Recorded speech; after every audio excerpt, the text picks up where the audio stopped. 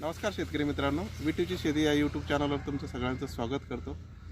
तर आपण आज जे आहोत तर जळगाव जिल्ह्यातील चाळीसगाव या तालुक्यामध्ये आहोत आणि तुम्ही माझ्या बाजूला बघत असाल ज्वारीचा प्लॉट आहे. ही हायब्रिड ज्वारी आहे.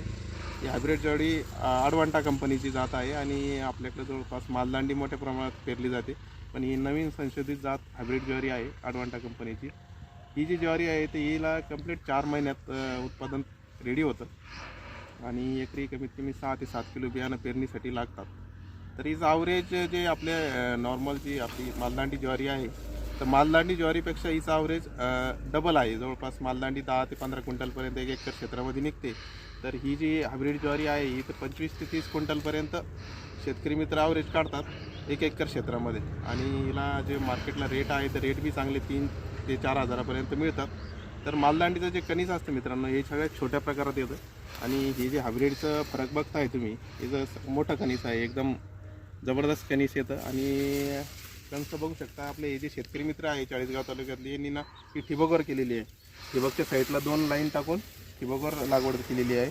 आणि बरेच जण काय करतात, पेरणी करतात. तर आपण व्हिडिओच्या माध्यमातून बघू शकता संपूर्ण अशा पद्धतीत आलेली आहे सगळी ज्वारी.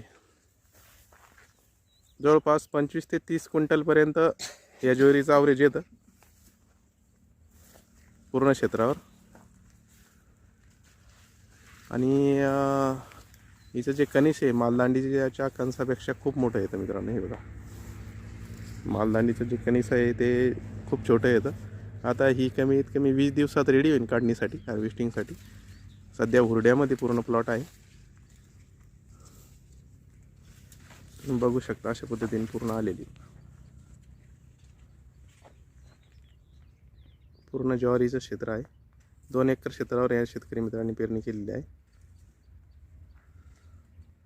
तर शेतकरी मित्रांनो, ही जी व्हरायटी आहे ही खूप चांगली आहे आणि उत्पादनाच्या दृष्टीने जर विचार केला तर खूप मस्त व्हरायटी आहे. आणि पेरणी जर व्यवस्थित केली तर ॲव्हरेज खूप चांगलं येतं.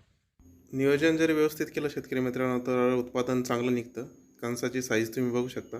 आपले जे मालदांडी ज्वारी आहे त्याच्यापेक्षा कणीस खूपच मोठं येतं या हायब्रिड ज्वारीचं. आणि चाळीसगाव तालुक्यामध्ये पाण्याची कमतरता असल्यामुळे हे शेतकरी मित्रांनी ठिबकवर केली आहे. आपण पूर्ण क्षेत्रावर पेरणी बी करू शकतो. आणि पक्षी कमी खावा म्हणून यांनी रेबिन बी बांधलेली आहे. आणि तशी जर मालदांडीपेक्षा याला पक्षी कमी खातात असं या शेतकरी मित्रांचं म्हणणं आहे. पक्ष्यांचं खाण्याचं प्रमाण या कणसाला कमी आहे. या पूर्ण प्लॉट जो बघत आहात तुम्ही सध्या हुरड्यामध्ये आहे. कंप्लीट 4 महिन्यात काढणीस तयार होते. आणि कणसाची साईज बघू शकता. कणस खूप मोठाले आहे आणि धांड्याचं अंतर बी खूप मोठं आहे. जसं मालदांडीचं कमी असतं, याचं धांड्याचं आणि कणसाचं अंतरमधलं अंतर खूप मोठं आहे शेतकरी मित्र. तर मित्रांनो, विटीची शेती या यूट्यूब चॅनलला सबस्क्राईब करून ठेवा. खूप खूप धन्यवाद.